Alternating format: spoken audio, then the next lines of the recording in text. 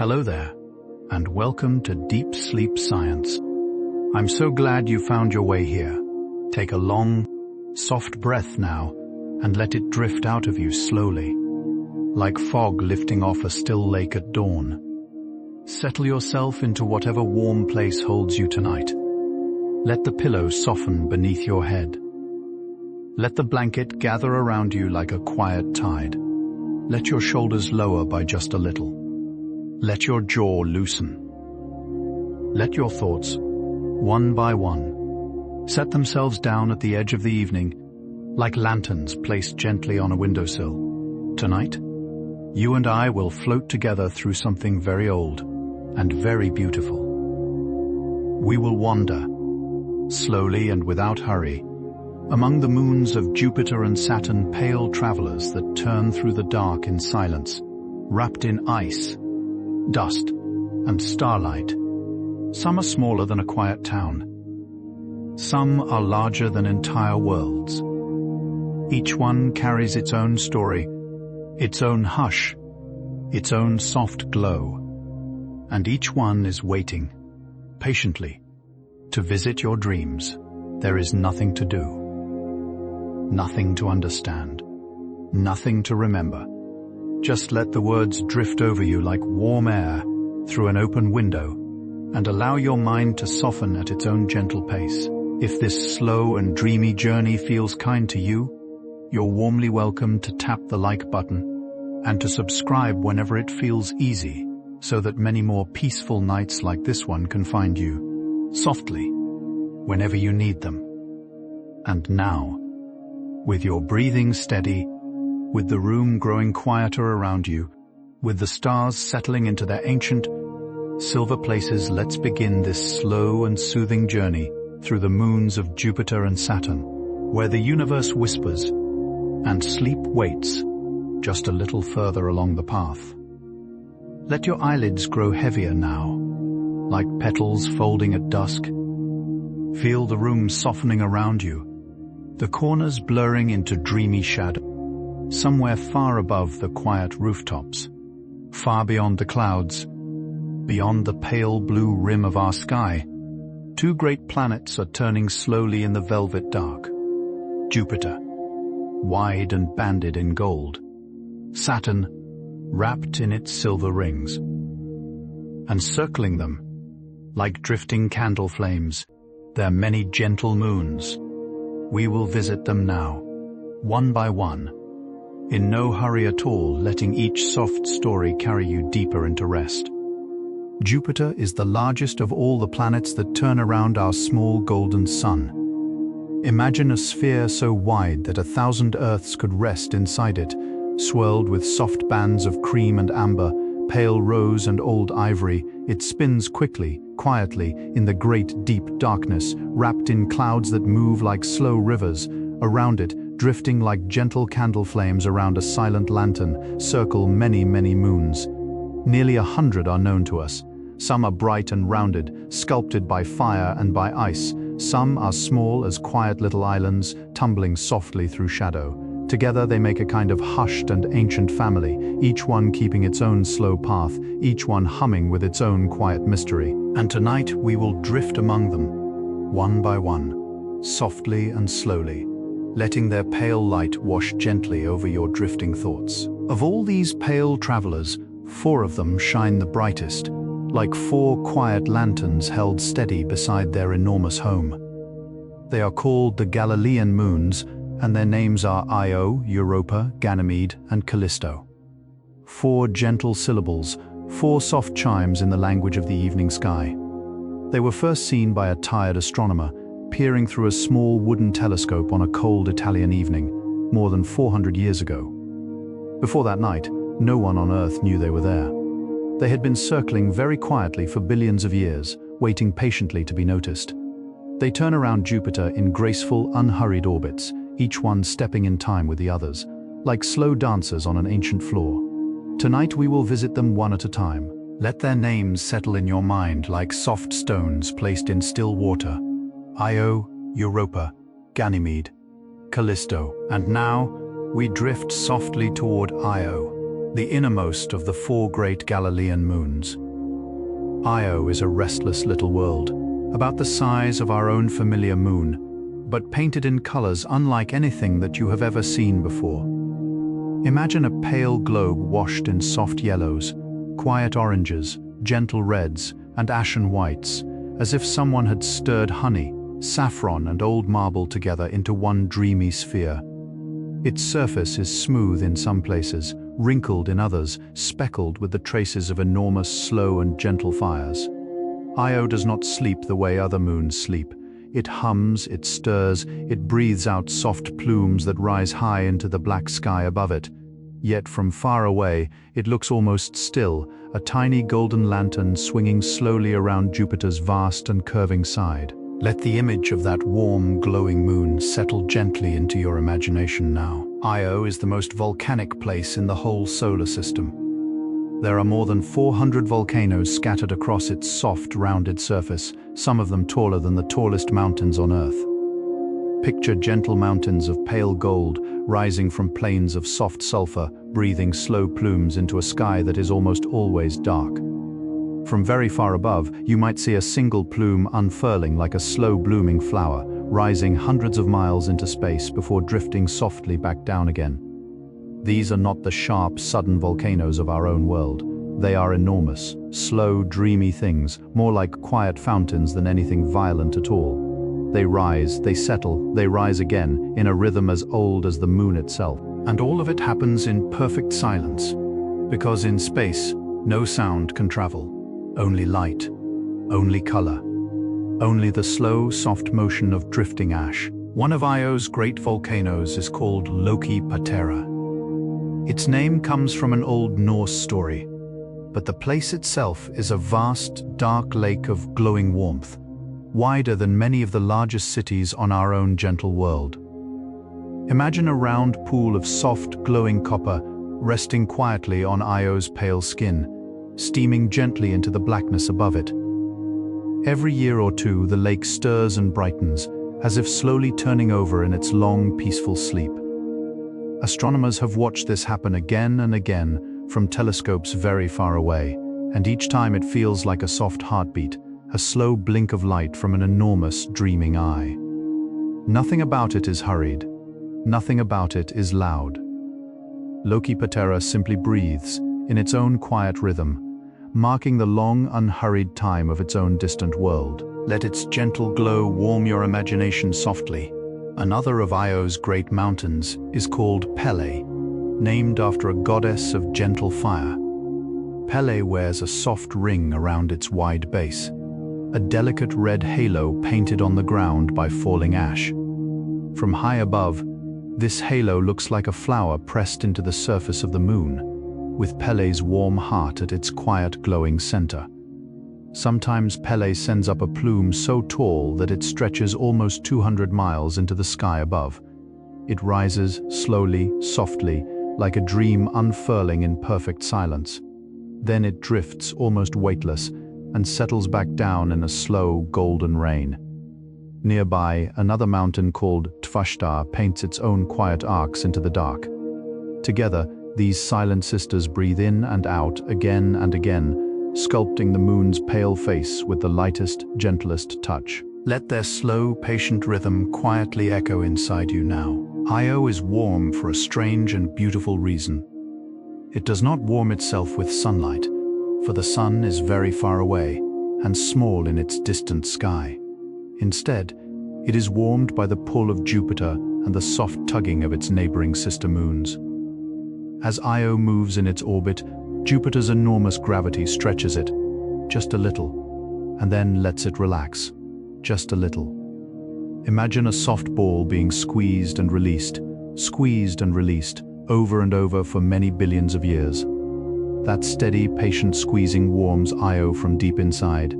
It is called tidal heating. It keeps the moon gently awake, gently glowing, gently alive. Everything there, every plume and every pool is born from that slow, quiet pulse. Feel your own slow breathing now, in and out, in and out. A gentle rhythm, much like the rhythm of Io itself. Io has a very thin, very delicate atmosphere. It is so light that it would hardly brush against your skin if you stood upon the moon's pale, quiet surface. It is mostly made of sulfur dioxide, a pale, drifting vapor that rises from the volcanoes and settles again when Io passes into Jupiter's long, cool shadow. When Io is in sunlight, the atmosphere floats softly upward. When Io passes into shadow, the atmosphere falls softly as frost, layering the ground in quiet, pale silver. It is a breathing world, inhaling and exhaling with every slow turn around Jupiter.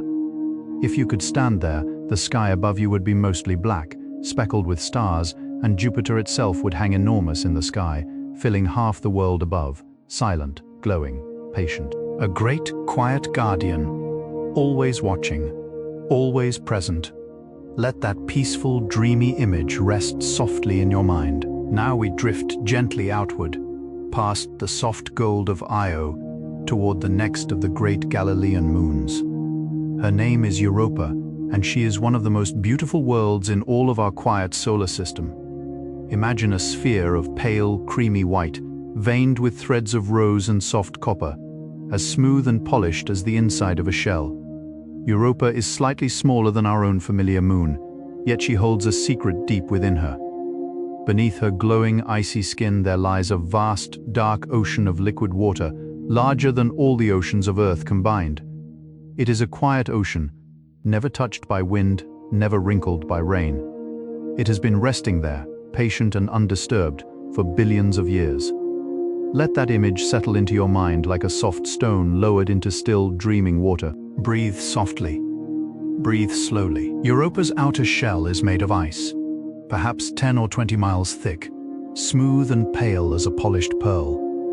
From the outside it looks nearly untouched, with hardly any craters at all, as if the surface has been gently polished by an invisible hand. In truth, the ice is slowly, quietly renewing itself over enormous stretches of patient time. New ice rises from below, old ice sinks back down. In this way, Europa's face stays forever young, forever serene. When sunlight touches her, she glows a soft, silvery white, like a candle seen through frosted glass. When she passes into Jupiter's shadow, she fades into a gentle, pale blue, as quiet as moonlight on snow. There are no mountains here, no valleys, no sharp edges, only the long, slow curve of ice, rolling softly into the distance, meeting the dark, starry sky with a dreaming line. Beneath that pale ice lies Europa's great hidden ocean. Try to picture it, just for a moment. An ocean of liquid water, warm in its own quiet way, resting in complete darkness untouched by any star. It could be 60 or even 100 miles deep, far deeper than any ocean on our own world. Somewhere down there, gentle currents move in patient circles, stirring softly, slowly, endlessly. There is no sound, no wind, no shore. Only the slow motion of water, turning in perfect darkness for billions of patient years. And yet that darkness is not lonely. It is simply quiet, the way a cathedral is quiet, or the way a snow-covered forest is quiet at the edge of dawn. Somewhere in that vast, hidden sea, who knows what soft and tender things might be drifting slowly in the warmth? We may never know, and that is beautiful too. Across Europa's pale surface, long, thin lines trace soft patterns like cracks in a frozen lake. They are called lineae, and they curve across the moon for thousands of miles, pale red against the creamy white. From very high above, they look like threads of rose-colored ink, gently drawn by a slow, steady hand. Some of them follow graceful, sweeping arcs, others cross one another in soft, dreamy knots. They are thought to have been made as the ice slowly flexes, stretched by Jupiter's distant, constant pull. Imagine these lines tracing themselves over thousands and thousands of years, each one written as softly as a pencil touches paper. Nothing hurried, nothing sharp, only the slow, patient signature of time itself, written again and again on Europa's quiet face. Let your eye wander, in your imagination, along one of those soft red threads, drifting toward the horizon, towards sleep. In some places on Europa, the ice is not smooth, but gently broken, as if an enormous puzzle was slowly piecing itself back together. These are called chaos regions, but do not let the name disturb you. They are quiet places, more dreamy than unruly.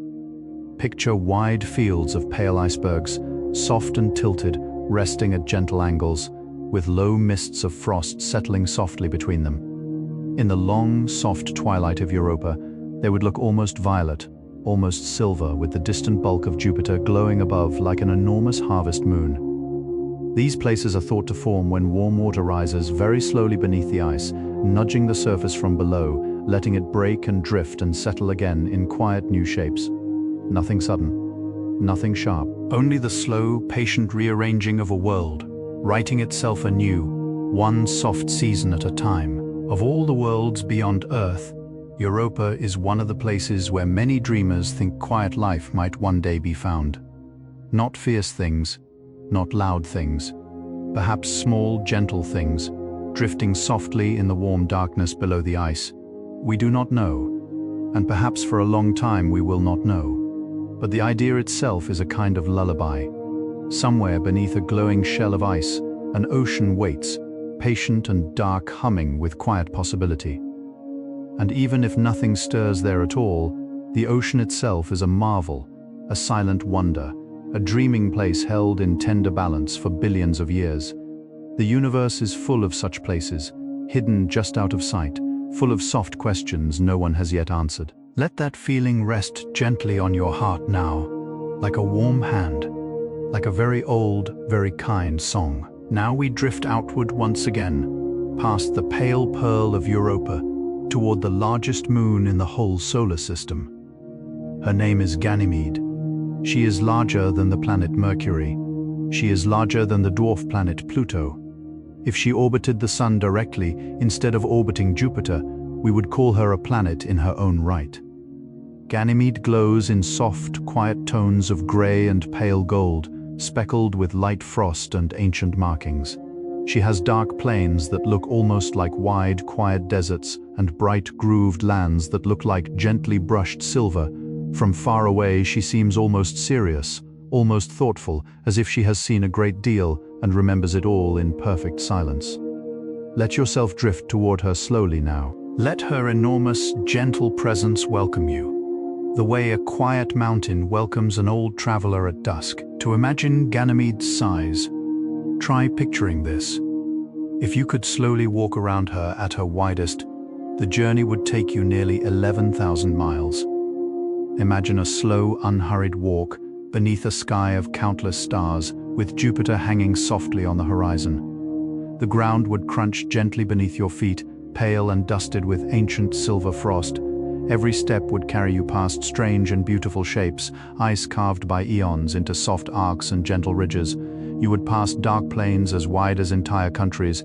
You would cross bright, grooved regions that shimmer like brushed metal in the starlight, and overhead, the sky would be deep, deep black, soft with the light of distant suns. Ganymede is that vast, and yet from a distance, she looks like a single small pearl resting gently in Jupiter's enormous hand. A world within a world, turning in quiet light. Ganymede is the only moon in the whole solar system that carries her own magnetic field. Deep inside her, there is a core of warm, slow-moving metal, turning gently, churning quietly, generating a soft magnetic hum that wraps her in an invisible cloak. When she moves through Jupiter's powerful magnetic fields, the two great invisible rivers weave softly together, creating shimmering auroras at her poles. Imagine, at the top and bottom of this enormous moon, quiet ribbons of pale light, drifting across a frozen sky, painting the ice below in gentle glows of violet and soft blue. No one has ever stood there to see them, and yet they are there, right now, shimmering softly above the silence. A world with its own quiet heartbeat, a world with its own soft silver halo. Let that quiet, shining image settle over you like a warm, dreaming blanket, folding gently around you. Across parts of Ganymede's surface, the land is finely grooved in long, parallel ridges that curve softly across whole regions. These grooves were traced, astronomers believe, by slow, gentle shifts deep beneath the ice long, long ago. Imagine the entire surface, soft and icy, being slowly pulled and pressed, the way wind ripples the surface of a quiet, mirror-still lake. The ridges formed patiently, over millions of years, and they remain now as soft silver wrinkles preserved forever in the cold. From above, some of them look like the careful brushstrokes of a slow and dreaming painter, laid down in light, feathery lines across the land. They catch the sunlight gently and hold it.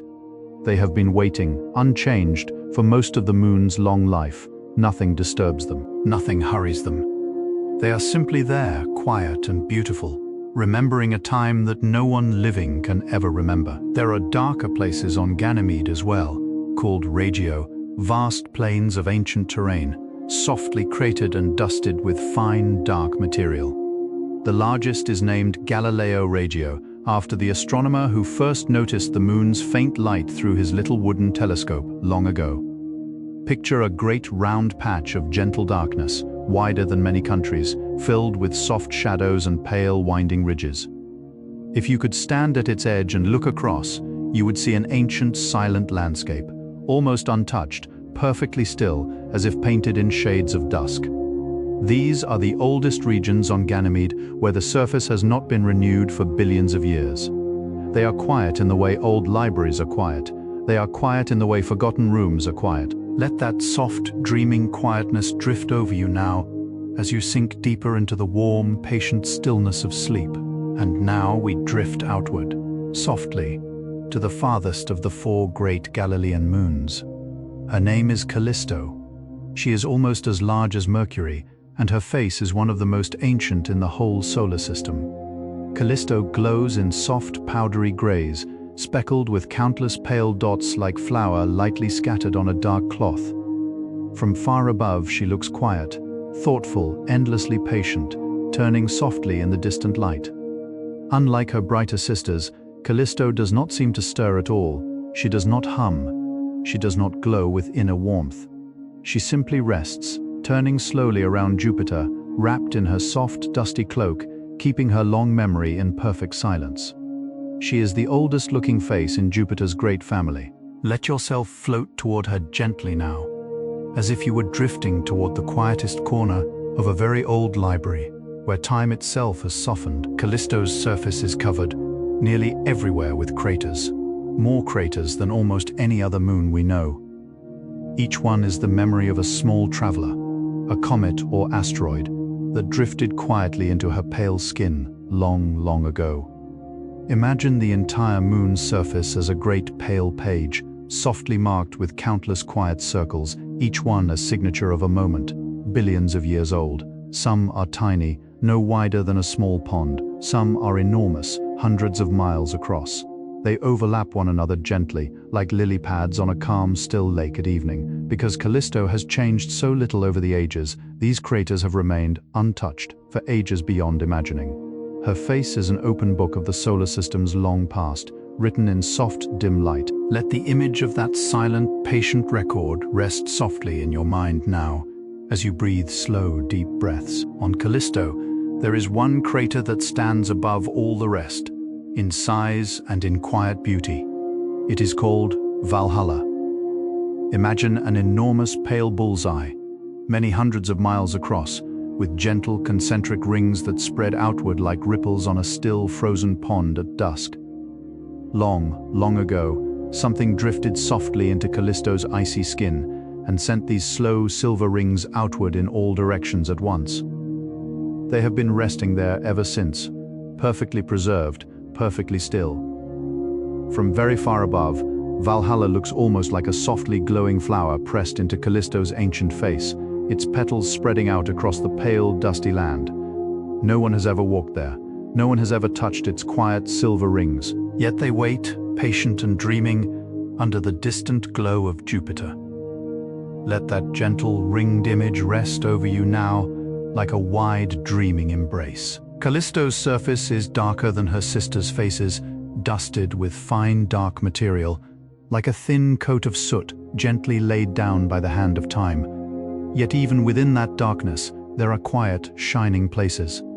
Some of the craters expose pale, fresh ice, glowing softly against the older, duskier ground around them. From very far above, Callisto might seem like a great, dim moon, freckled with tiny lanterns of pale light scattered gently across her silent face.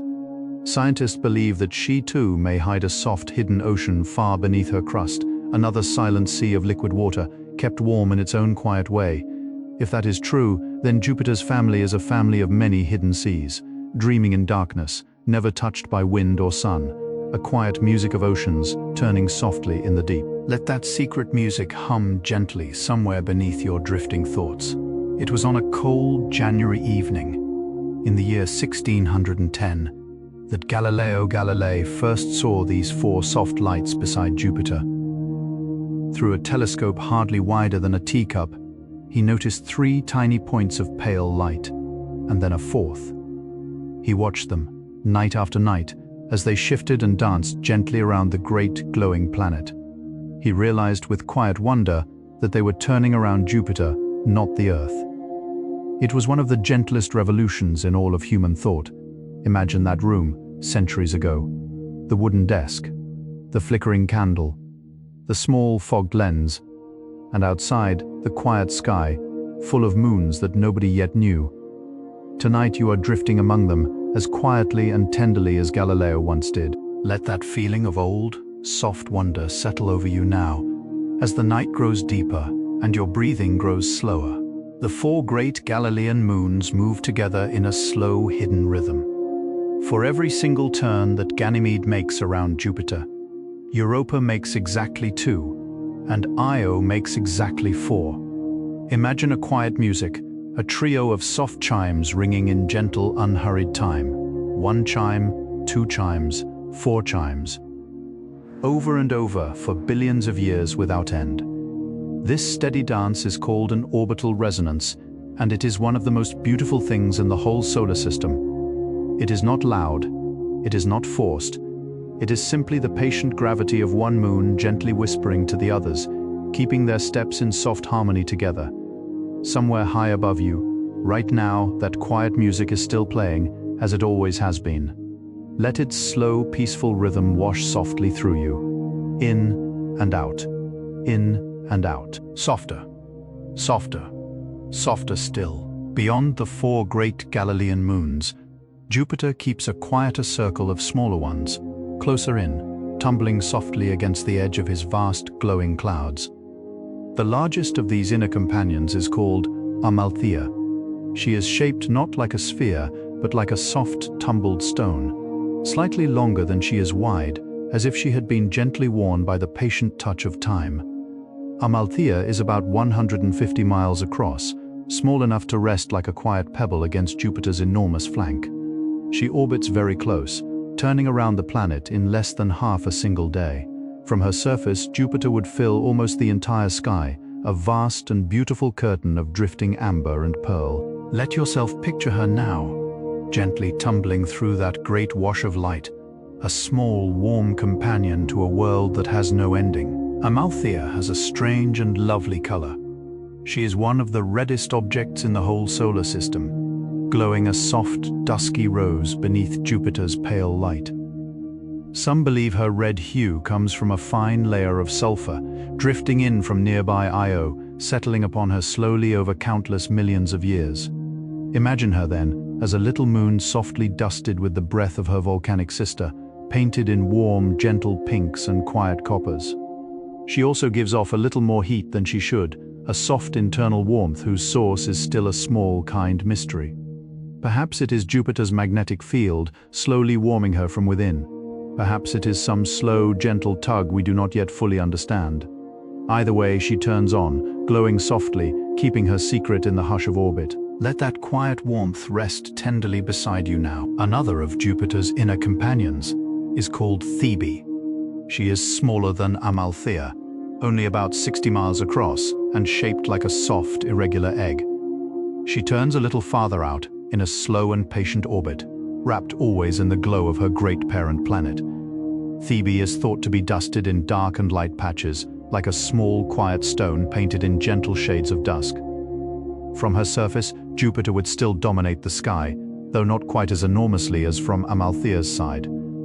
Thebe is also the faint shepherd of one of Jupiter's quietest rings, a wisp of dust called the Thebe Gossamer Ring, so soft it can barely be seen at all. Picture a tiny moon drifting through a slow, glittering veil, softly trailing its own dust behind her, like a dreamer leaving faint footprints in powdery snow. Closer still to Jupiter drifts a tiny moon named Metis. She is small, only about 30 miles across, irregular in shape, and very, very quiet. She turns around Jupiter in less than 7 hours, circling faster than the great planet itself spins. Imagine her then as a small, tumbling traveler, always slightly ahead of the clouds she orbits, always moving onward through the soft wash of Jovian light. Metis is believed to help maintain the main, thin ring of Jupiter, gently adding a trail of dust with every soft touch of space against her pale surface. She is a shy little moon, a small keeper of gossamer. Picture her now, drifting quietly through a ribbon of faint starlight, leaving behind the softest mist of golden dust, like a candle flame trailing silver smoke. Her work is silent. Her work is tender. Her work has gone on forever. There is another, even smaller inner moon, named Adrastea. She is only about 10 miles across, one of the tiniest moons of Jupiter that has yet been given a name. Adrastea turns within Jupiter's faint main ring, gliding softly through a drift of pale dust, helping shape that quiet ribbon of light. She is so small that if you stood upon her, you could nearly leap into space with a single gentle push. Her gravity is only a whisper, her surface is soft and dim, and her orbit is one of the swiftest of any known moon. Yet she is important. She is one of the quiet gardeners of Jupiter's rings, tracing her path again and again, keeping that soft veil of dust in its place. Picture her drifting now, a tiny traveler in a shining river, barely visible but always there, always turning, always tenderly at work. Jupiter also has rings, though they are very unlike the bright rings of Saturn. They are soft and faint, made of fine, dark dust, so delicate that for centuries no one even knew they existed. They were first seen by a spacecraft called Voyager, drifting through the Jovian system long ago.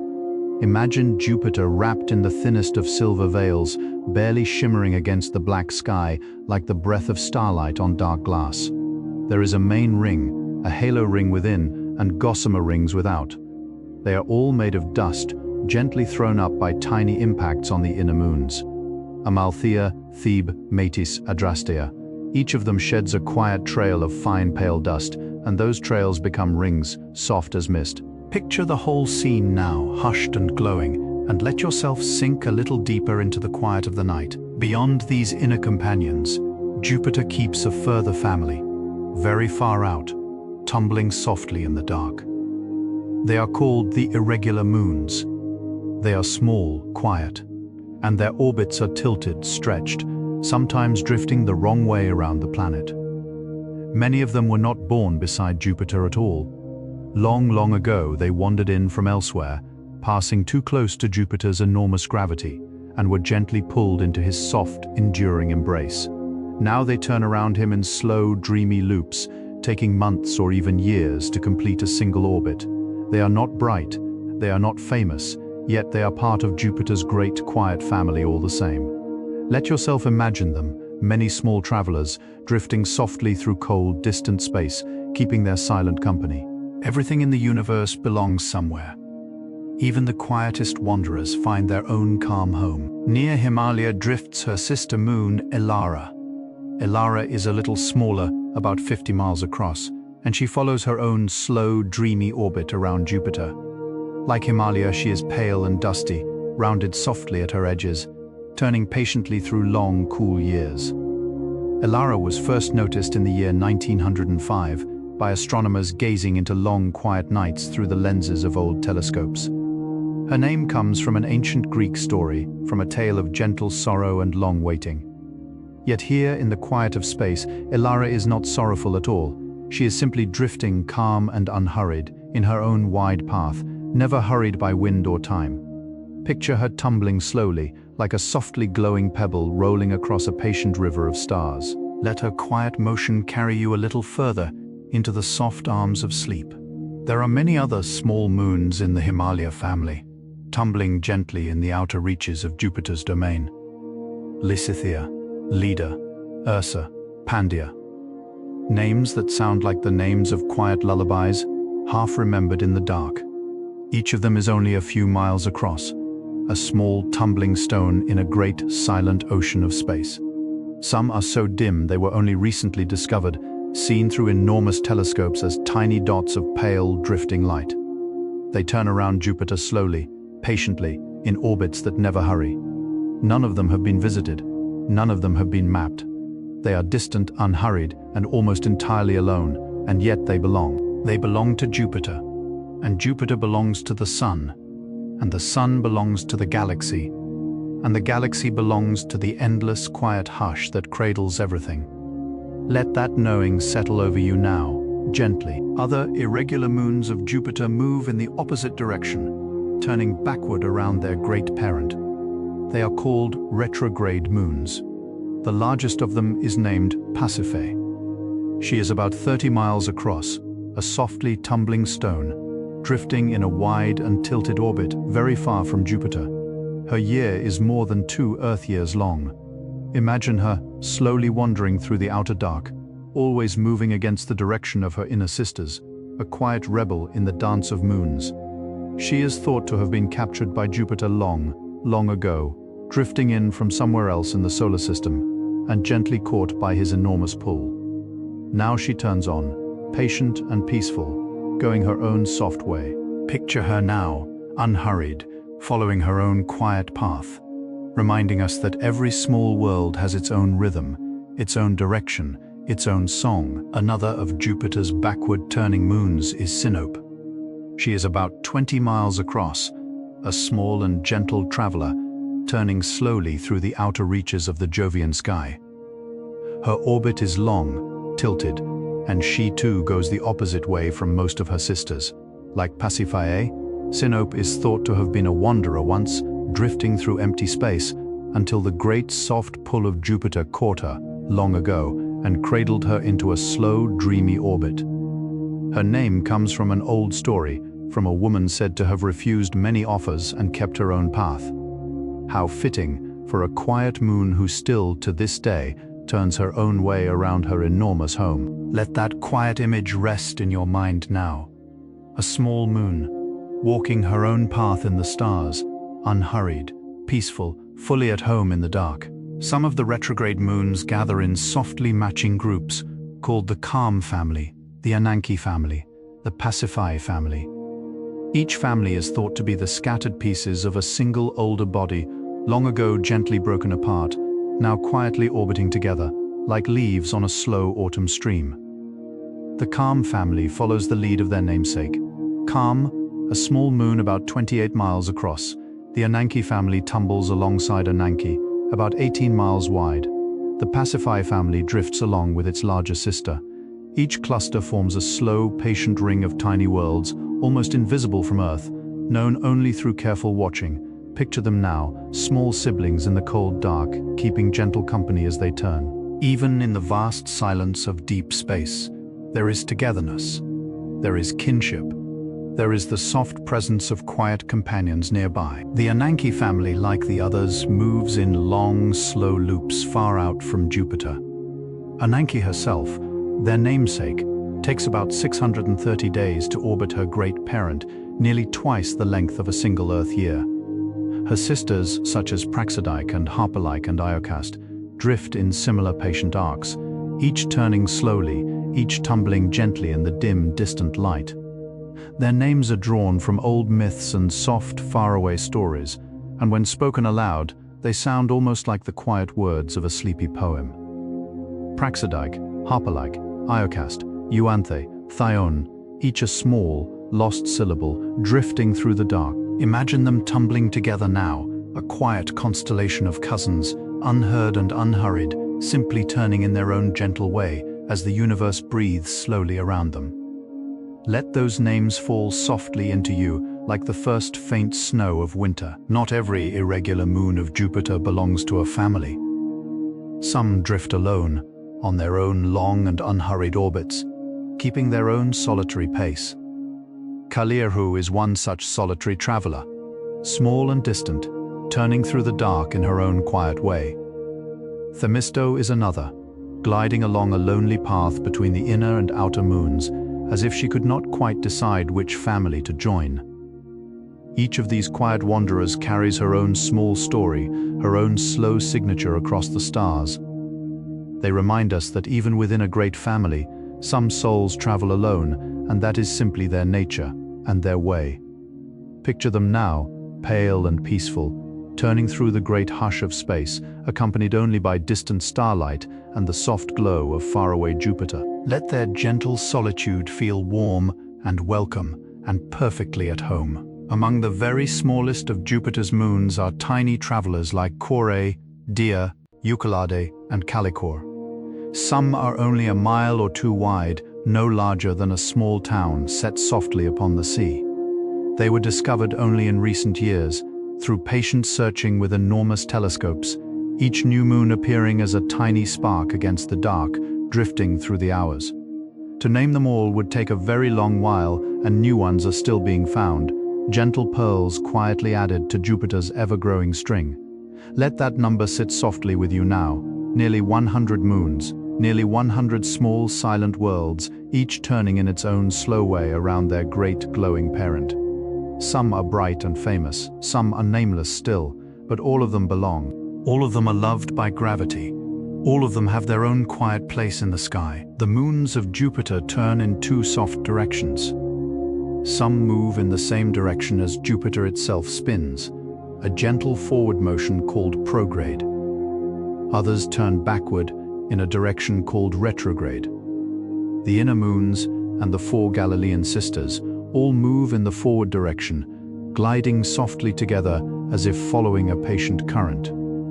The retrograde moons tumble quietly in the opposite way, far out in the distant dark, keeping their own backward dance.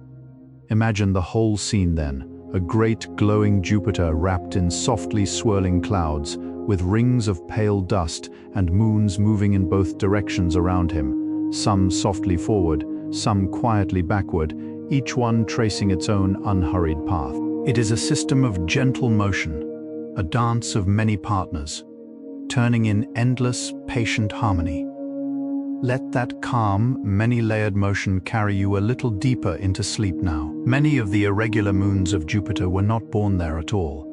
Long, long ago, in the early days of the solar system, great clouds of dust and rock drifted slowly through the dark.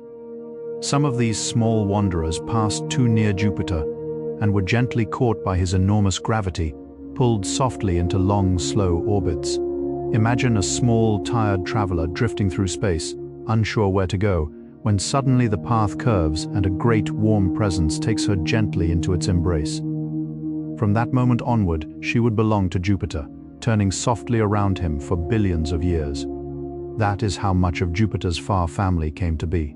Captured wanderers, soft foundlings, quiet arrivals in the great house of the largest planet. Let that thought rest gently in your heart. No one is ever truly lost. The universe has a way of finding every traveler a home. Scientists think that many of Jupiter's irregular moons were once single larger bodies, each softly broken apart long ago, perhaps when two of them drifted a little too near each other and met with the gentlest of touches. What remains now are small families of fragments, drifting in similar orbits, keeping their old siblings close. The Himalaya family, the Calm family, the Ananke family, the Pasiphae family. Each is a scattered memory of one original parent, gently remembered by its children. Imagine a single candle long ago, whose soft flame divided into many smaller flames, each still glowing, still warm, still tied to the same quiet source. Even across billions of years, the kinship holds. Even in the deep, patient dark, no one forgets where they came from. Let that soft thought drift over you now, a reminder that everything here belongs to something.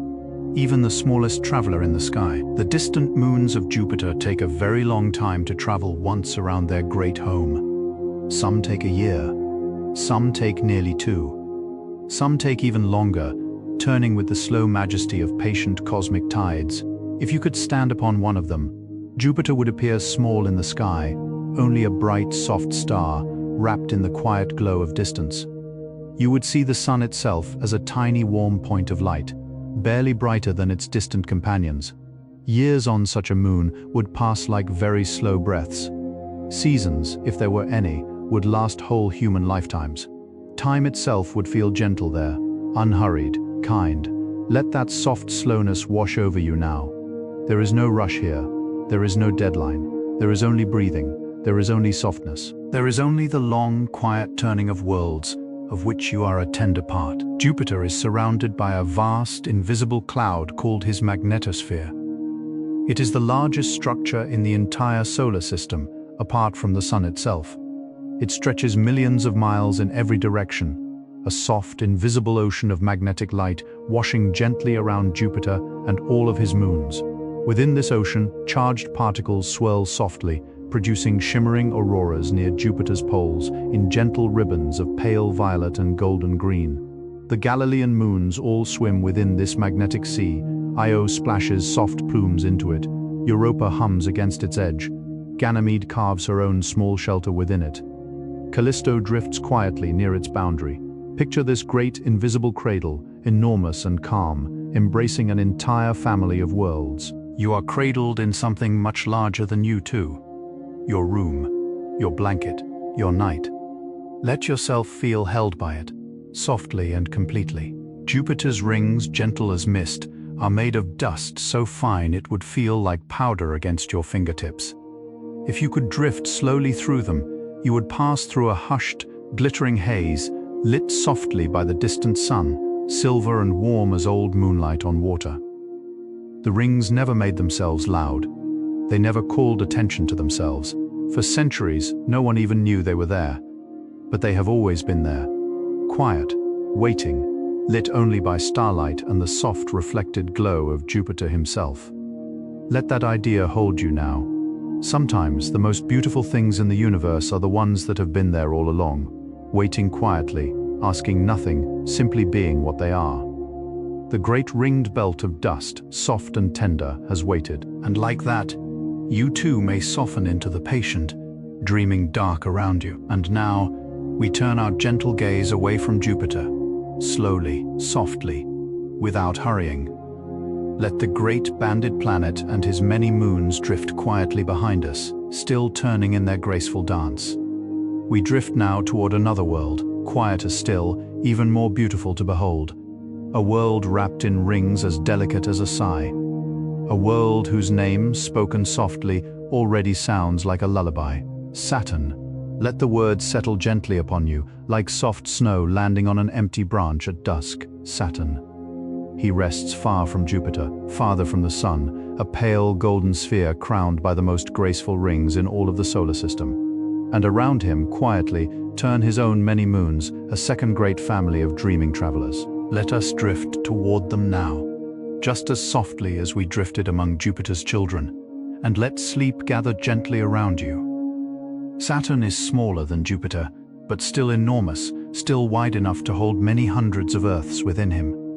He is pale gold, softly banded with clouds of ivory and honey, turning quietly far out in the cold dark. Around him there float the most famous rings in the whole solar system, delicate sheets of ice and dust that stretch outward for tens of thousands of miles. If you could sit upon one of his rings, you would see a vast and dazzling sky, silver above you, gold below you, stretching endlessly into the quiet. And yet, even more softly, Saturn keeps a family of moons, more than 140 of them by now, each one a small, unique world. Saturn's moons are the most varied collection anywhere. Ice, mist, hills, seas, quiet shepherds, tumbling stones. Let yourself drift now toward this great, gentle family, one soft traveler at a time. Saturn's moons come in every quiet shape and size. Some are smooth as polished pearls. Some are strange, shaped like tiny sponges. Some wear rings of their own. Some are tilted on their sides, tumbling slowly, like leaves caught in a soft wind. Some are mist-covered and distant, while others are clear and bright beneath the sun. Their names are borrowed from the old myths, from Greek titans and Norse giants, from gods of ice, gods of fire, gods of sea, Titan, Rhea, Iapetus, Dione, Tethys, Enceladus, Mimas, Hyperion, Phoebe, Janus, Epimetheus, Pan, Atlas, Prometheus, Pandora, Let the names drift softly past you, like stars floating down a quiet river. You do not need to hold them, you do not need to remember, simply let them fall softly into the dark. Each one is another gentle step deeper into sleep, deeper into peace. The greatest of all Saturn's moons is called Titan. She is larger than the planet Mercury. She is the second largest moon in the whole solar system, only Ganymede holding a small edge above her. And she is unlike any other moon in any place we know. Titan is wrapped in a thick, soft atmosphere, a golden haze of nitrogen and methane, gentle as candlelight through honey-colored glass. From above, she looks like a pale amber pearl, her surface entirely hidden beneath her dreamy veil. No one could see her face for a long time, not until a patient spacecraft pierced her golden mist and touched her quietly below. Imagine a world wrapped in a soft, warm shawl of cloud, turning slowly in the cold dark. A moon that breathes, a moon that whispers, a moon whose every feature hides behind the gentlest of curtains. Let her dreamy glow settle over you now. Titan is the only moon in our solar system with a thick atmosphere, one heavier even than our own. If you could stand upon her surface, the air would press around you more firmly than the air on Earth, yet gentler, slower, as if you were walking at the bottom of a warm, golden sea. The sky above would not be blue, but a soft orange dimly lit by the distant sun, filtered through hazy layers of drifting mist. The ground beneath your feet would be pale and icy, yet soft in places, worked by slow winds and soft rains of strange liquid. Titan is the only other world we know where liquid falls gently from the sky. Not water, but methane. A quiet rain falling slowly through dim light. Picture that scene now. A dreamy landscape, a gentle orange mist, and above it all, the distant tiny sun, shining softly. Titan holds lakes, real, quiet lakes of liquid methane and ethane, resting in wide basins on her pale, icy surface. They are the only known stable lakes on any world beyond our own. Imagine drifting above one of them, in the soft, orange twilight. Below you, a smooth, dark mirror, calm as a sleeping pond, lit only by the faintest glow of the distant sun. No ripples, no waves, only the gentlest shimmer and the reflection of slow, drifting clouds above. The largest of Titan's lakes is called Kraken Mare. It is larger than the Caspian Sea on Earth. Another Ligeia Mare rests quietly to the north, surrounded by soft, icy shores. These lakes are patient. They do not hurry. They do not disturb themselves. They simply rest there, glowing faintly in the dim light, waiting for no one, asking for nothing. Let that calm drift through you now. On Titan, it is cold, very cold. So cold that water itself becomes as hard as stone. The hills and cliffs of Titan are made not of rock, but of water ice, frozen solid for billions of patient years. If you could run a gentle finger along them, they would feel as smooth and firm as polished marble. And yet, despite the cold, Titan is not a lifeless place. She is full of slow motion. Rivers of liquid methane carve gentle channels into her pale surface. Winds drift softly through her orange haze. Dunes of dark, pale hydrocarbon sand stretch across her equator, arranged in long, quiet ripples, like the dunes of some dreamy desert. The whole world is one vast, slow garden of ice and mist. Everything moves, but everything moves as if time itself were sleeping. Let that sleeping time wrap softly around you now. Long ago, a small spacecraft called Huygens drifted down gently through Titan's golden haze. It took nearly 2.5 hours to descend, swaying softly beneath its parachute, taking pictures as it fell. When it touched the surface, it landed upon a soft, damp plain of pale ice pebbles, each one rounded and smooth, as if tumbled by some long-forgotten river.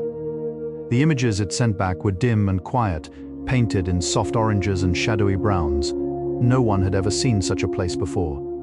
A dreamy land touched by gentle rain, lit by a faint, distant sun. Huygens sent back a few hours of photographs, then quietly fell silent, resting forever on Titan's patient ground.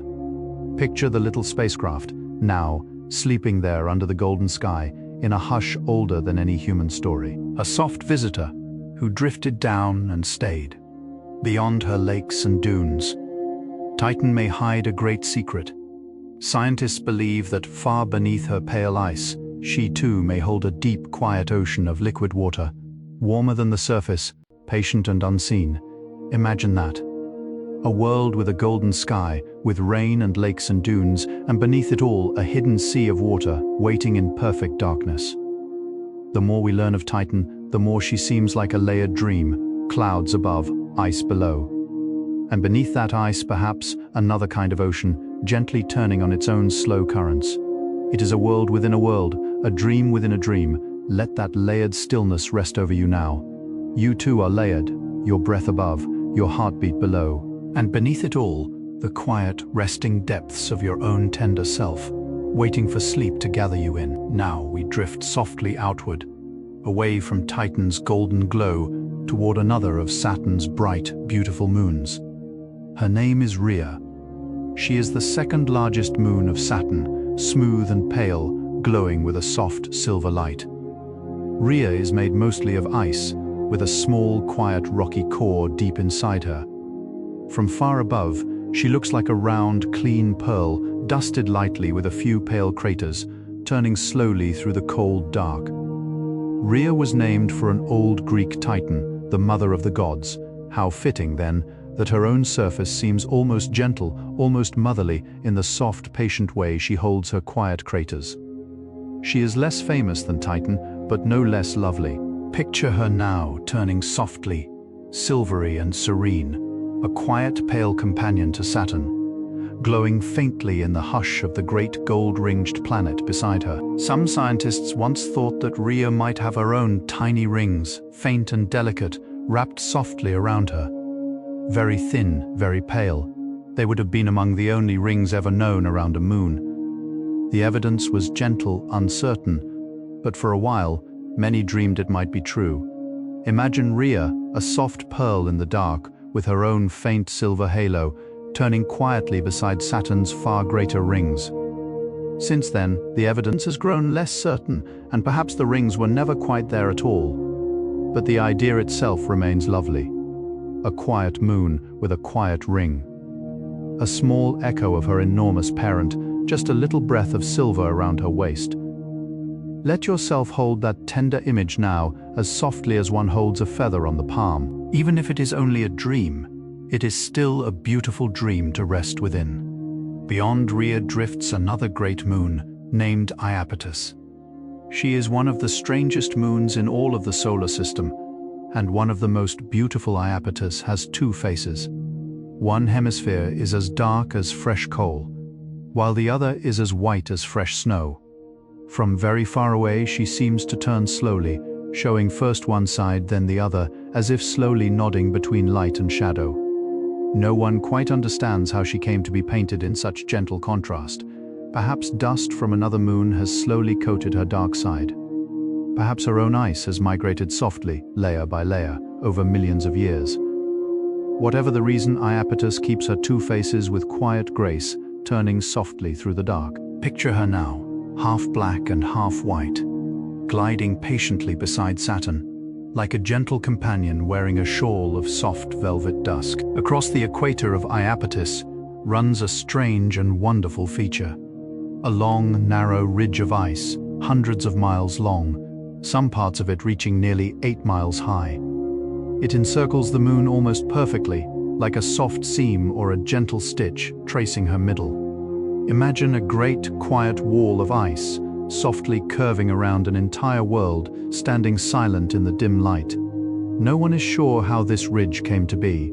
Perhaps it is the remnant of an old ring, once circling Iapetus, that slowly settled upon her and turned to stone.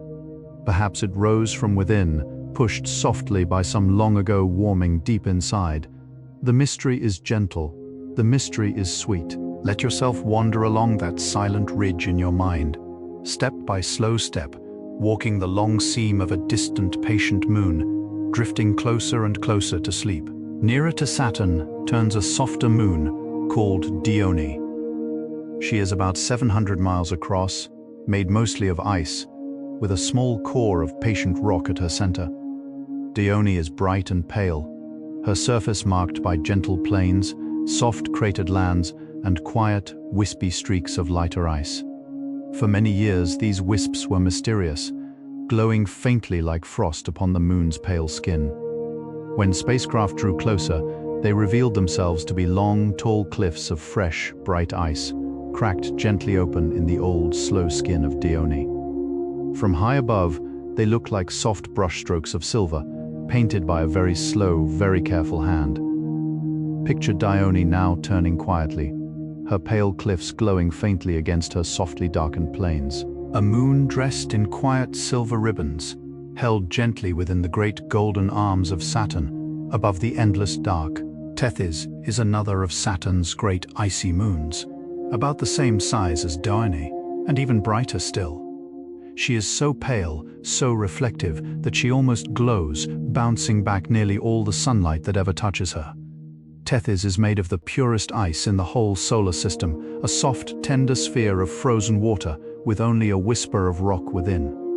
On her face are two great features. One is Ithaca Chasma, a long, wandering canyon that stretches nearly 2/3 of the way around the moon. The other is Odysseus, an enormous crater, wide enough to hold entire countries, softly rimmed with pale old ice. Picture Tethys now, a bright, clean pearl, turning slowly, wearing her long canyon like a soft ribbon, and her great crater like a quiet, open eye. She is silent, she is still, she is dreaming high above. One of Saturn's most wonderful moons is called Enceladus. She is small, only about 300 miles across, smaller than many of her siblings.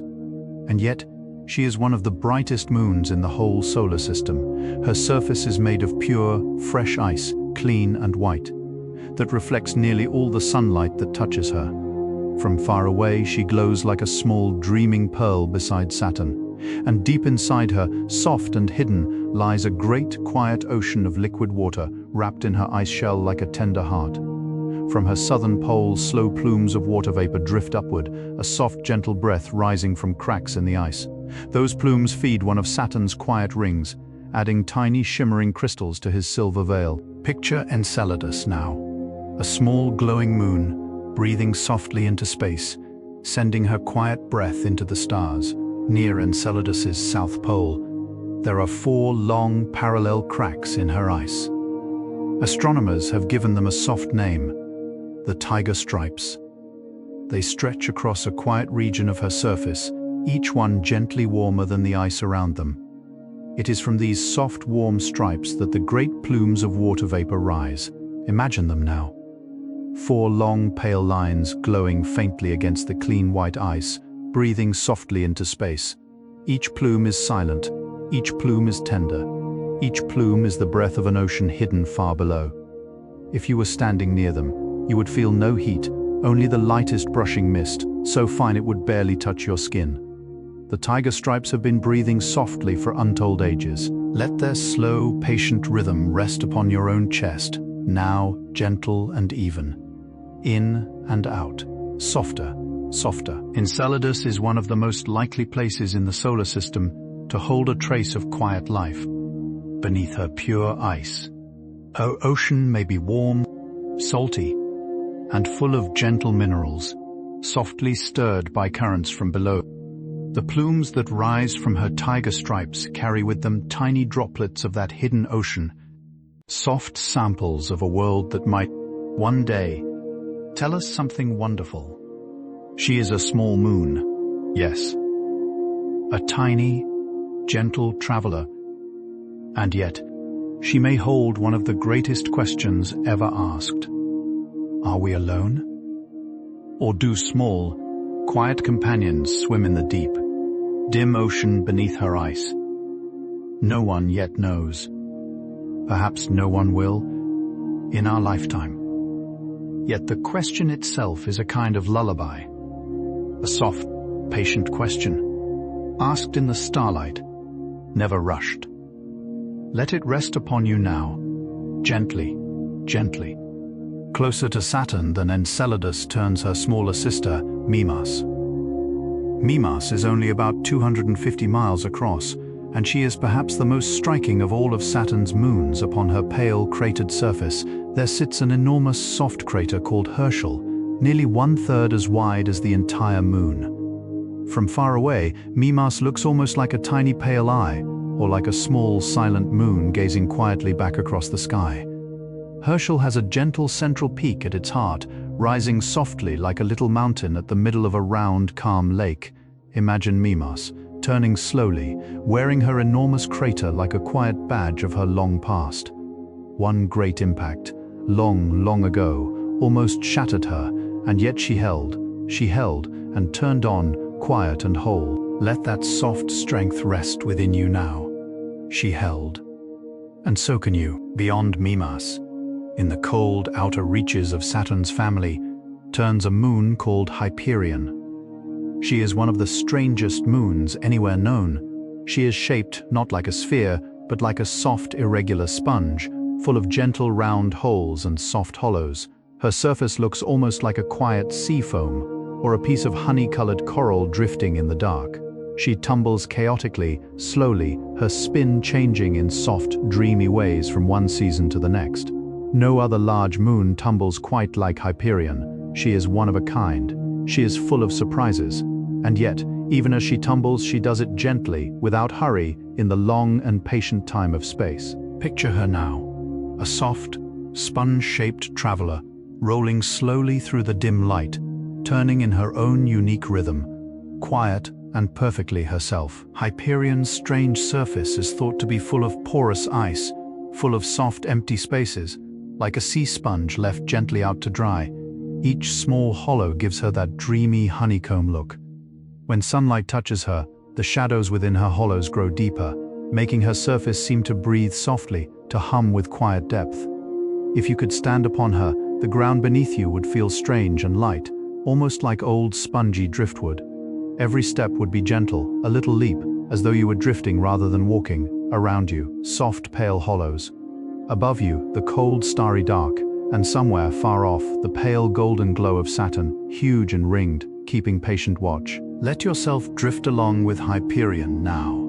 In your imagination, weightless, slow, turning softly through the long, quiet night. Farther out still drifts Phoebe, a small, dusky moon, turning backward around Saturn, in the opposite direction from most of her siblings. Phoebe is thought to be a captured wanderer, a little world that drifted in from the outer solar system long, long ago, and was gently taken into Saturn's slow embrace. She is dark, covered in fine, patient dust, with a small, quiet heart of ancient ice inside her. Her surface holds craters filled with dusty shadow and bright, pale ice showing through in soft patches. She turns slowly, rolling through the cold dark on her own unhurried path. She is one of the very farthest of the regularly orbiting moons of Saturn, quietly holding her own place far from the golden glow. Picture her now, small and dusky, turning backward beneath the distant stars, a quiet traveler who found her home on a path of her very own. Around Saturn drift a family of moons that travel together, holding a strange and beautiful dance. Janus and Epimetheus are a pair of small moons, nearly the same size, that share almost the same orbit. Every 4 years, as they slowly drift close to one another, they gently swap places. The inner one becomes the outer one. The outer one becomes the inner one. A soft, graceful trading of paths, without collision, without noise. They have been doing this for billions of years.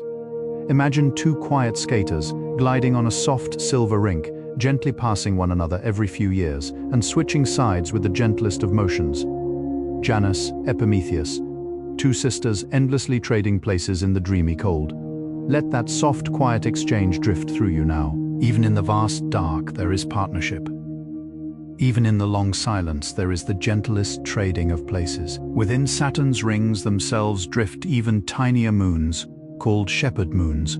They are quiet keepers, small round pebbles whose gentle gravity guides the soft shape of the rings. Pan is a little moon that orbits within a narrow gap in the rings, called the Encke gap. From above, Pan looks strangely like a tiny flying saucer, with a soft ridge of accumulated dust wrapped around her middle. She is the sweet, silent ploughman of her narrow path, keeping it clear. Daphnis, another shepherd, drifts within the Keeler gap, and as she passes, she creates soft, gentle waves in the edges of the rings, waves that rise and fall like the softest whisper of water pulled by the tiniest hand. Picture Pan and Daphnis now, small pale shepherds, gently carving their paths in silver, each one patient, each one quiet, each one endlessly at work. Atlas is another small shepherd moon, gliding just outside Saturn's bright ring, shaping its sharp outer edge with the soft pull of her tiny gravity. She too wears a gentle ridge around her middle, a soft belt of ring material collected slowly over long ages. Atlas is only about 20 miles across, yet her small presence holds a whole edge of the rings in place. Prometheus and Pandora drift nearby, two small moons who together help shepherd the F-ring, a narrow, twisted ribbon of dust and ice. Imagine them, three tiny siblings drifting softly along the edge of a silver ocean, each one quietly keeping her own stretch of shore. Their work is small, their work is gentle, and yet without them, the rings would drift apart. Let that quiet image rest within you now. Even the smallest hand may shape something enormously beautiful. Among Saturn's most curious moons are his Trojan moons, the tiny companions of Tethys and Dione. They do not orbit Tethys or Dione directly, but share their orbits instead, drifting in soft, stable points ahead and behind them. Telesto and Calypso share the path of Tethys, Helene and Polydeuces share the path of Dione. Imagine four small traveling companions, pacing alongside their greater sisters, never catching up, never falling behind, simply keeping gentle pace at the safe, quiet points of balance. It is as if each great moon walks through the starlight with a pair of small, soft friends beside her, one just ahead, one just behind. They are a family that walks together forever, in the patient dark. Let that image wrap around you now. You are not alone either. Even when you cannot see them, there are always kind companions, walking softly alongside you. Saturn keeps a family of very small moons, discovered only recently, called the Alcyonides. Their names are Methone, Anthe, and Pallene. Each is only a few miles across, tiny pale tumblers that drift among Saturn's inner rings, keeping their quiet orbits. Methone has a strange and beautiful shape, almost smooth, almost egg-like, without craters, as if gently polished by slow, ancient dust. Pallene is similar, very soft and rounded. Anthe is smaller still.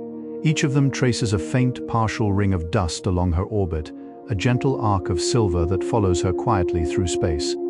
Picture these three tiny siblings now, tumbling softly in their own little paths, drawing thin silver threads through Saturn's starlit sky. They are small, they are rare, they are almost unnoticed, and yet each of them makes her own tiny, tender mark upon the great silver cloth of Saturn's rings. Far out in Saturn's more distant spaces drift many tiny, irregular moons, small, dark wanderers with strange names drawn from old Inuit and Norse stories. Kivyuk, Igirak, Paaliak, Talvos, Sianak. They turn along long, tilted orbits, taking hundreds of Earth days to complete a single loop.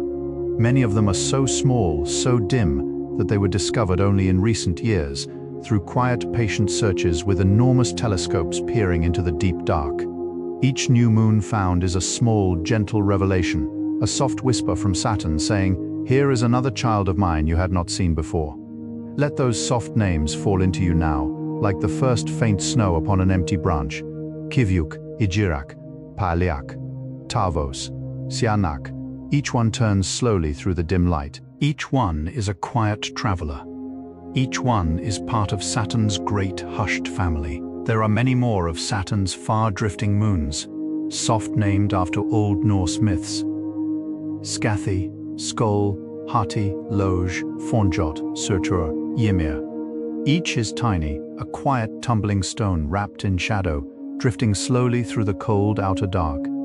They are often grouped into small families, the Inuit group, the Gallic group, the Norse group, each thought to be fragments of older, larger moons, softly broken long ago, still turning together in patient kinship.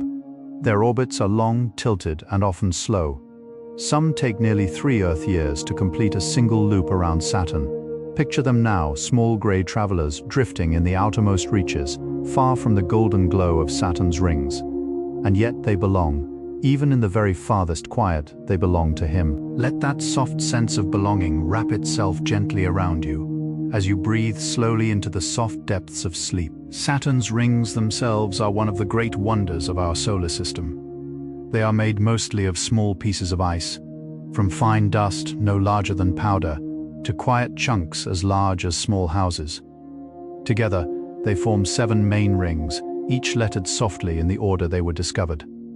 A, B, C, D, E, F, G. Within them are delicate divisions, narrow gaps and soft glowing patterns, each one named and loved. The rings are incredibly thin, though they stretch for hundreds of thousands of miles. They are, in many places, only tens of feet thick. Imagine a dinner plate, broad and silver, yet thinner than a single leaf. That is the quiet wonder of Saturn, a great shining sheet of ice, spinning serenely around its golden heart. Let that soft, dazzling image drift through you now, a silver ribbon turning in the starlight. Between the A ring and the B ring of Saturn lies a soft, clear gap called the Cassini division. It was first noticed by the astronomer Giovanni Cassini long ago, peering through his own quiet telescope. The division is nearly 3,000 miles wide, a gentle corridor of emptiness in the great silver sheet. From afar, it looks like a dark line carved carefully between the brighter rings, a soft shadow laid down by time. The gap is not truly empty. A little dust and ice still drift within it, but enough has been swept away by the gentle pull of Saturn's moons to leave a clear and peaceful space. Imagine walking gently along that dark line, through the quiet between the rings, with silver glowing above and silver glowing below. A hushed valley between 2 rivers of light. Let the soft silence of that place rest within you now. The outermost of Saturn's main rings is called the F ring. It is a narrow, twisted ribbon of dust and ice, held in place by the small shepherd moons Prometheus and Pandora. The F ring is full of soft, beautiful mysteries, little braids, gentle knots, and drifting clumps of brighter ice, changing slowly from one season to the next. Sometimes tiny moonlets are thought to sweep through it, carving out small channels, painting new patterns, then drifting softly away again. Imagine a silver thread, gently twisted, laid around Saturn like a soft necklace, forever changing, forever dreaming, never quite still. The F ring is never the same twice. Each time we look, she wears a slightly different pattern, a new soft weave of quiet light. Let that changing quietness rest upon you now. All things change, even the most patient rings, and yet all things remain beautiful. Beyond the F ring drifts the E ring, the softest of Saturn's rings. The E ring is made of very fine ice crystals, no larger than grains of flour, drifting slowly around Saturn in an enormously wide, delicate sheet. It is fed by Enceladus, by the soft plumes of vapor that rise from her tiger stripes, gently releasing fine ice into space. That dust then spreads outward, drifting with the rhythm of Saturn's soft gravity, filling the great wide region with a glowing pale mist. If you could drift through the E-ring, you would pass through a hushed haze, silver and shimmering, so gentle it would hardly register upon your skin. It is, in truth, not so much a ring, but a soft, breathing cloud, kissed into being by Enceladus herself. Let that dreaming haze drift through your mind now, gentle as candle smoke on a winter evening. Saturn's rings are tilted, as he himself is tilted upon his axis, like a great golden top set gently at a soft angle. Because of this, as Saturn turns around the Sun, his rings change their apparent shape, seen from far away. Sometimes they tilt forward toward us, and we see them as wide, shining ovals. Sometimes they tilt sideways, and for a few quiet years, they seem to vanish almost entirely, becoming only a thin, pale line against the dark. It is a slow, quiet cycle, repeating every 15 years or so, the very gentle breathing of a giant. Imagine Saturn now, slowly tilting back and forth over long decades, his rings catching and releasing the distant sunlight, like a dreaming face turning softly in sleep. The universe moves gently, even in things so large. Let its calm rhythm carry you a little deeper into the soft arms of rest. Saturn's rings are young. Astronomers believe they may be only 100 million years old, or even less, a mere moment in the vast life of a world once. They may not have existed at all, and someday, far in the future, they may slowly fade away as their fine ice drifts gently inward towards Saturn, settling softly into his amber clouds. Imagine that. A short, soft lifetime for such a great beauty. Perhaps a few dinosaurs on Earth were among the first to gaze up into a night sky where Saturn's rings first began to shine. Perhaps long after humans are gone, the rings will still be there, softly turning. Or perhaps they will have quietly gone on. Nothing in the universe is forever, but everything in the universe is tender while it lasts. Let that gentle impermanence wash through you now, like soft music, fading in and out of a dream. Saturn himself is pale and golden, softly banded with quiet clouds of ammonia ice and tender gold-brown haze. At his poles, there hum two great storms. The southern storm is round and calm, turning gently like a soft eye. The northern storm, more extraordinary still, forms a perfect six-sided shape, a great hexagon of cloud, longer across than the whole Earth. No one knows why, exactly, the hexagon is so perfectly shaped. It has been turning for decades, perhaps for centuries, its soft corners gently holding place against the planet's patient spin. Imagine Saturn from far above, wrapped in soft gold, with his quiet six-sided crown at his northern pole. A gentle hexagon of cloud, spinning patiently, beautifully, forever. Let that graceful shape drift across your mind now. A slow, silent turning, as quiet and regular as a heart's own sleepy rhythm. If you could stand somewhere on Titan, beneath her golden sky, and look upward carefully, you might see Saturn himself, dim and enormous, barely visible through the orange haze. He would appear as a soft, glowing presence, his rings faintly pale, his great bulk almost hidden by Titan's own quiet atmosphere. But perhaps on the clearest days you might glimpse his curving side, a ghostly arc of gold hanging silently above Titan's dim orange plains. Imagine that. A world with a golden sky, with methane lakes and water ice cliffs, and above it all, the faintest outline of a pale, ringed giant, keeping quiet watch. Everything is layered. Every quiet view holds another behind it. Every soft moment holds another, just beyond sight. Let your mind rest in that layering now. You are held by more than you know. You are watched over by more than you can see. Saturn's moons vary greatly in brightness. Enceladus is one of the brightest, a pure white pearl, reflecting nearly all the sunlight that touches her. Phoebe is one of the dimmest, softly dusky, drinking in the faint light with her gentle dark skin. Between them, all of Saturn's other moons wear their own soft shades, from bright silver through warm gold through soft shadowy brown. Imagine a small necklace of beads, each one a different, quiet color, strung gently around Saturn's great golden throat. Silver Enceladus, golden Titan, half-black Iapetus, pale Mimas, soft gray Rhea, each one keeping her own quiet shade in the dim light, each one lovely in her own small way. Let that gentle necklace of moons drift slowly through your mind now, pale pearls and gold and silver, softly rotating together.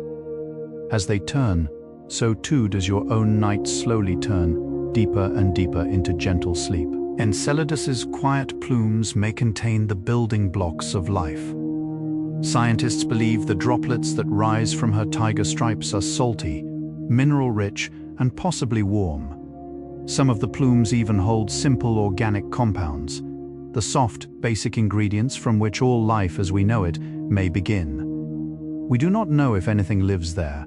Perhaps there is no one in the deep dark beneath her ice. Perhaps there is only clean, calm water, turning in darkness. But perhaps far below, something small and gentle drifts in slow currents, something that has never seen a star. Every soft plume rising from her south pole carries a quiet question. Every tiny droplet is a gentle letter, written by an ocean that may, just may, hold life. Let that quiet question rest upon you now, as a lullaby, as a hymn, as a soft, peaceful wandering in the starlight. Titan's rivers have been photographed from orbit. From high above, they look like the rivers of our own Earth, gently winding, softly branching, carving their slow paths through pale, icy land. The difference is only in what flows within them. On Titan, these rivers carry not water, but liquid methane, chilled to the gentlest depths of cold, yet their shapes are the same: soft curves, patient bends, slow meanders through plains of quiet ice. Imagine standing at the edge of one of those rivers, in the orange twilight, watching the slow, dark liquid drift softly past pale, icy banks. No birds, no fish, only the gentle, slow motion of alien water, flowing in the deepest cold. Titan's rivers flow patiently, in the long hush of her days. Let their quiet motion flow through you now, soft and steady, carrying you gently further into the dim, dreaming night. Some of Saturn's moons wear strange and wonderful shapes. Pan looks almost exactly like a small, gentle flying saucer, her middle wrapped in a soft ridge of accumulated ring dust. Atlas wears a similar ridge, her body resembling a tiny disk, a quiet frisbee drifting through the silver. Prometheus is long and softly oblong, almost like a smooth potato tumbling through space. Pandora is oval and lightly cratered. Hyperion is sponge-shaped, riddled with gentle holes, each of them so different, each of them so tender. They remind us that not every world in the universe is a sphere. Some are quiet disks, some are soft sponges, some are gently tumbled stones. Beauty comes in many shapes in the great quiet dark. Let your own shape, whatever shape you are in, rest softly now. Just as it is, welcome and full and quietly perfect, beneath the dreaming sky. Saturn's family of moons is still being discovered. In recent years, dozens of new, tiny moons have been found, bringing the total to more than 140. Each one is a small, pale stone, drifting on a long orbit, often far from the golden glow. Each one is given a quiet name, drawn softly from old stories of titans, giants, and gods. There are likely many more, still unfound, drifting in the darkness, patiently waiting to be noticed. Somewhere, tonight, an astronomer may be gently looking into a telescope and seeing for the first time a new small world turning quietly around Saturn. Imagine that. Somewhere, in the soft, bright halls of an observatory, a quiet person sees a new moon for the very first time and smiles. A tiny moment, a tiny moon, a quiet beginning. Let that warmth settle softly within you now. Astronomers have quietly guessed that Saturn's moons may hold more than 36 small hidden oceans between them, deep beneath the ice. Enceladus has one, Titan may have one, Rhea, Dione, Tethys, and Mimas may each hold quiet, soft seas hidden in their cold depths. Imagine then that Saturn is not simply surrounded by moons, but by a whole family of softly dreaming oceans, each one tucked beneath its own gentle shell of ice. A quiet archipelago of hidden seas, turning in the dim, star-flecked dark in all of them. Water rests softly, patient, never tossed by storm, never warmed by sun, each one a tender place, each one a kind of secret, each one sleeping. Let that image drift through your mind now. A planet crowned by soft golden rings, surrounded by a gentle garden of hidden dreaming seas. A world of quiet water, glowing quietly in the night. Between Jupiter and Saturn, across billions of miles of dark, soft space, light travels slowly.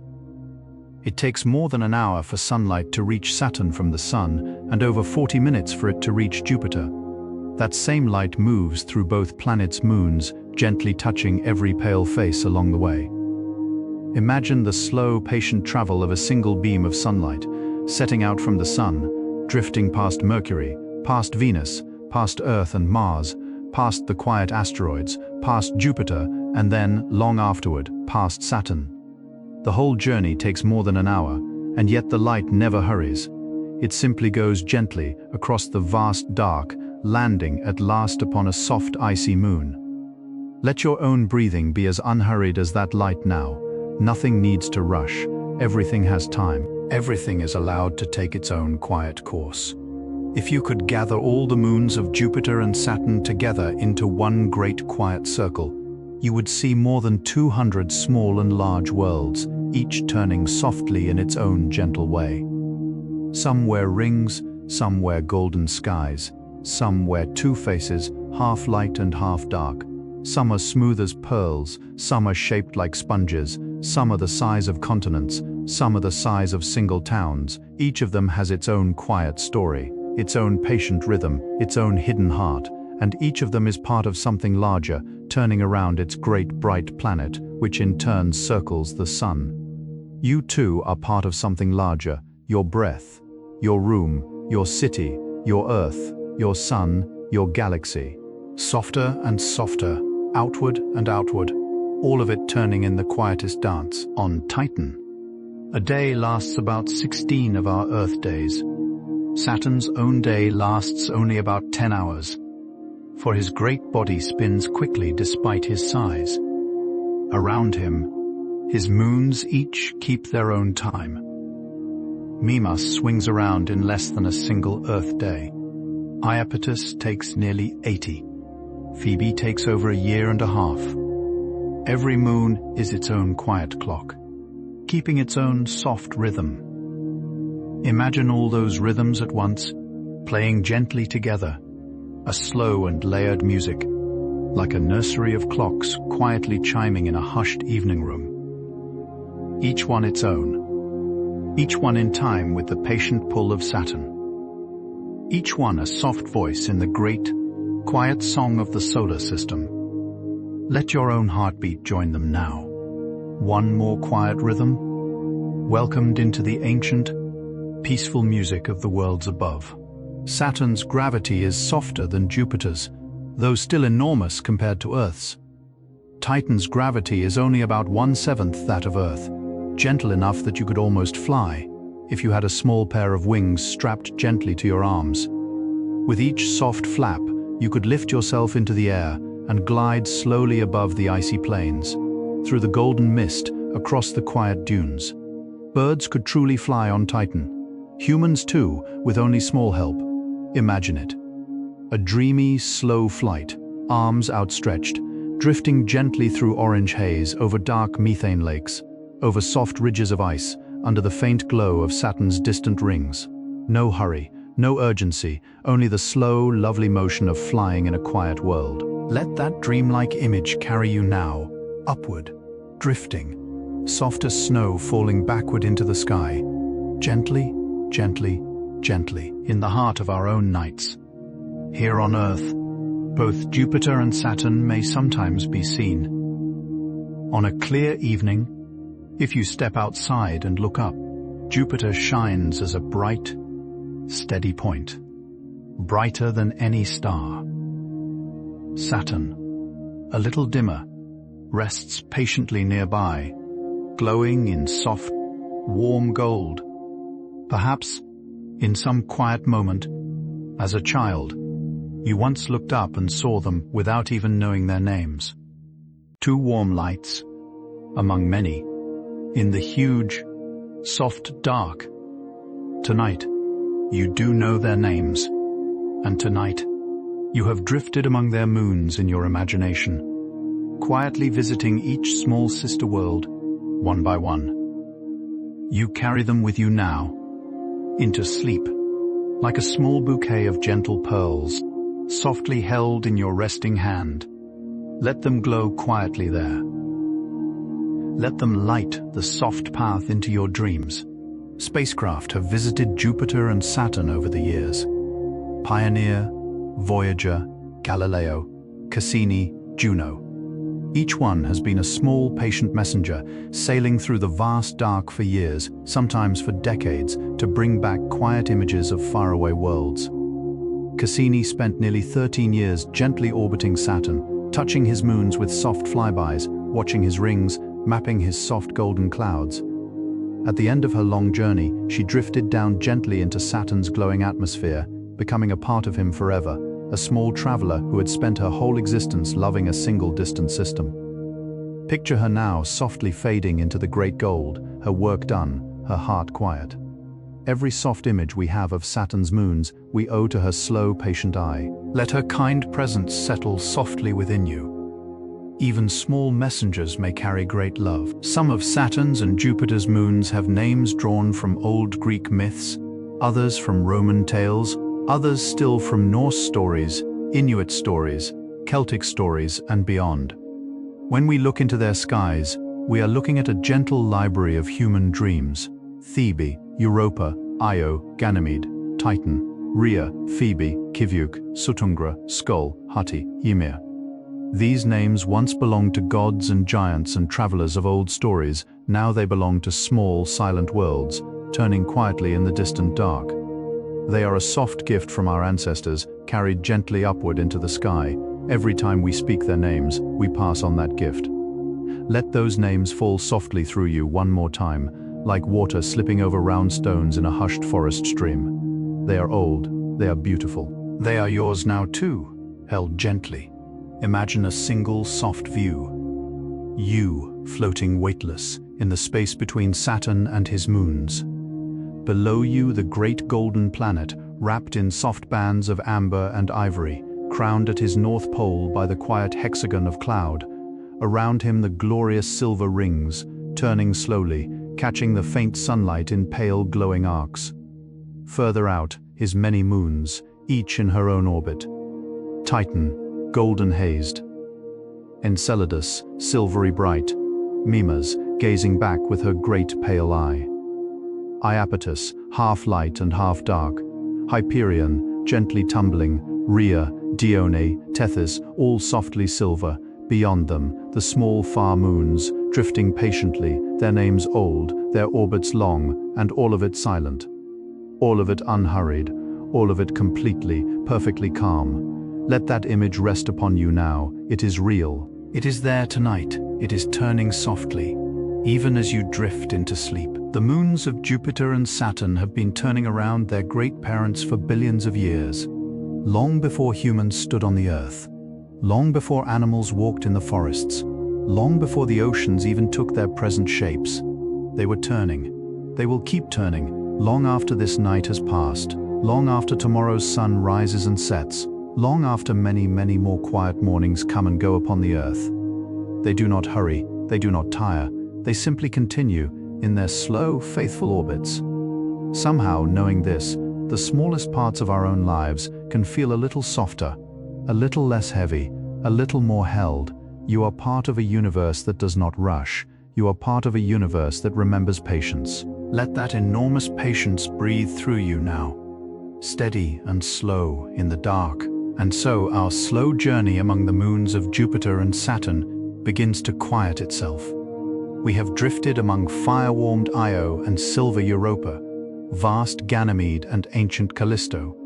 We have floated through the golden mists of Titan, the tiger stripes of Enceladus, the great single eye of Mimas, the quiet split face of Iapetus. We have passed the shepherds, the wanderers, the tumblers, the captured ones. We have touched the rings, listened to the slow music of orbits, felt the patient hush of hidden oceans. More than 200 small worlds, each with her own tender story, now rest softly in the quiet room of your mind. You do not need to hold them. You do not need to remember any of them. Let them settle softly, like snow on a still pond, and let sleep come gently now across the wide, dark, dreaming sky. Let yourself rest here, in this quiet place, for just a little while longer. The journey has been long, and yet it has passed as softly as mist over still water. Together, tonight, we have drifted through two great families of gentle worlds, Jupiter and his many pale children, Saturn and his golden-ringed kin. More than 200 small moons, each turning quietly in her own patient orbit, each humming with her own soft mystery. Think now, if you wish, of how very far away they all are. Even at the speed of light, it takes over half an hour for their gentle glow to reach our eyes. And yet, they have been waiting there for billions of years, faithful and unhurried, keeping their slow, dreamy rhythms in the dark. Nothing has rushed them. Nothing has disturbed them. They simply turn, and turn, and turn, wrapped in starlight, held gently by the great silent arms of gravity. Somewhere in your imagination, even now, Io is softly breathing her slow golden plumes into space. Europa is cradling her hidden ocean beneath her pale ice. Ganymede is shimmering with her own quiet auroras. Callisto is keeping her long memory in silent craters. Titan is wrapped in her orange mist, her methane rain falling softly through the golden twilight. Enceladus is breathing her tender plumes of water into the stars. Mimas is turning gently, her great single eye open to the dark. Iapetus is half light and half shadow, drifting serenely between them. And far out, in the outermost quiet, the smallest and dimmest moons are turning too, unseen and unhurried, tumbling softly through their long, dreamy years.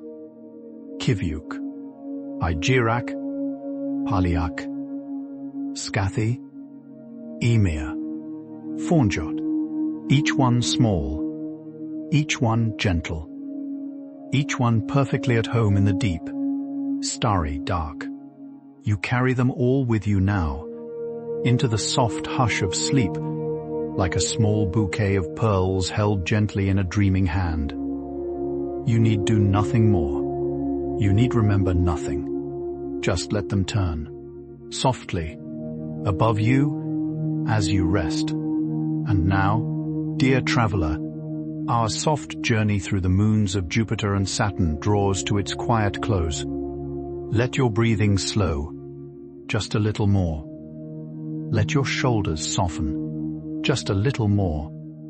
Let the warm weight of the blanket settle against you like a gentle tide that has finally come to rest. The worlds we have wandered through tonight are real. They are out there, right now, turning softly in the great dark above our little blue earth.